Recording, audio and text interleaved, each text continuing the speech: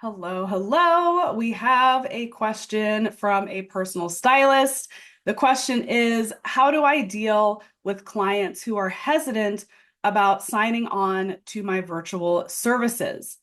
If this is our first time meeting, my name is Lauren Messiah. I've been a personal stylist for over 15 years now, and I have trained over 7,000 stylists. I've trained them how to start their business and how to serve their styling clients better. This is a great question.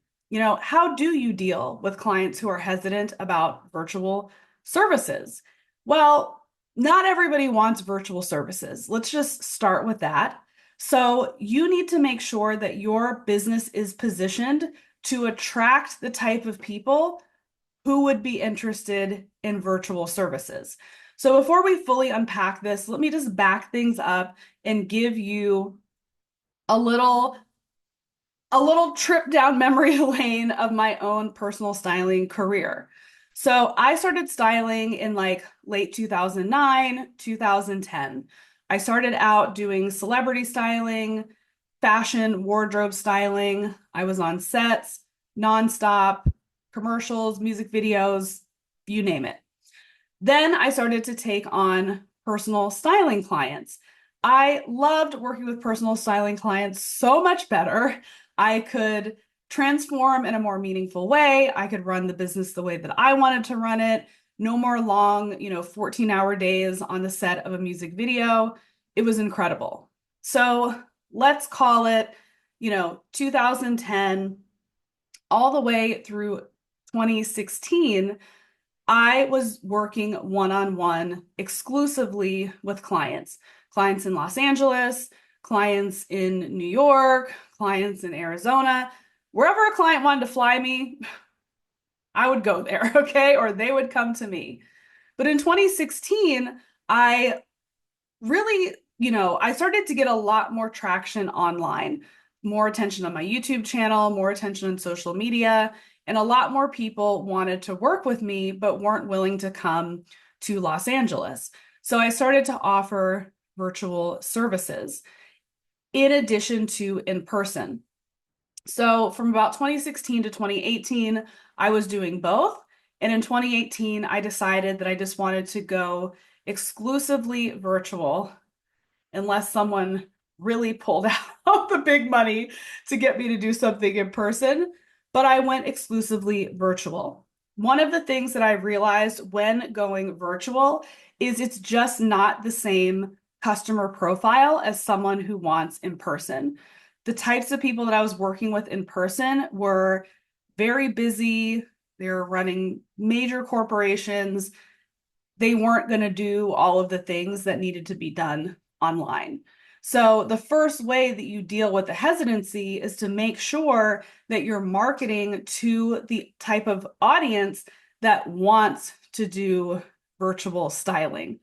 That is going to take care of most of your issue with dealing with clients who are hesitant.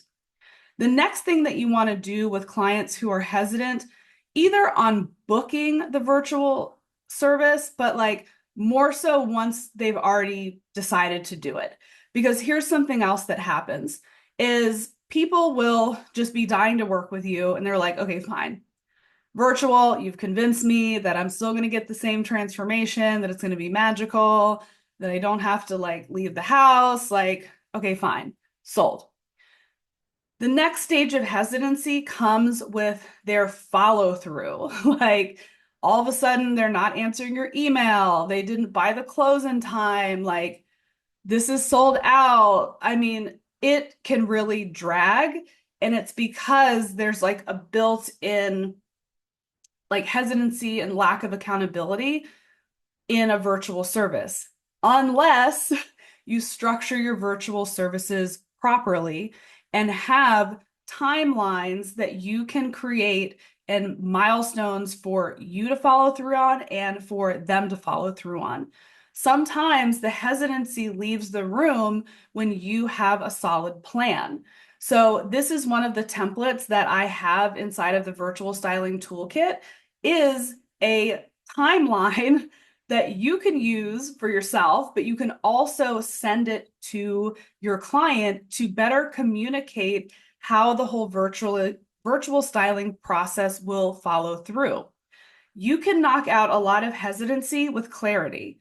So if the client is seeing like, ooh, we're starting here, and by the time I get this milestone here, I'm going to have this epic transformation. And I'm going to see clearly what parts are my parts and what parts are your parts. And suddenly it just seems a lot more manageable. So, number one, making sure you're attracting the types of clients that would want to purchase virtual services. And number two, giving them a nice plan that they can wrap their head around and get excited about. And then I would say the third way to deal with hesitancy is have another option for them. So, for me in 2018, when I'm like, I'm going 100% online, unless the price is right. So, I fully believe that every stylist, whether you're virtual or in person, should be able to transform a client in person. Like you should master in person and then you should move on to virtual. And sometimes doing things in person can actually be easier than doing things online. And sometimes you kind of miss it. Like when I book a TV segment and I have to go and obviously do all the shopping in person and do the fitting and it's going to be on live TV, sometimes I miss like being in the stores and pounding the pavement. So having the option of, okay, is virtual is not a fit for you, it's going to cost you a lot more money, but you're welcome to book in person. So sometimes even seeing the difference of the price, they're like, yeah, virtual sounds pretty good. So those are my three tips for dealing with hesitant clients in regards to virtual styling services.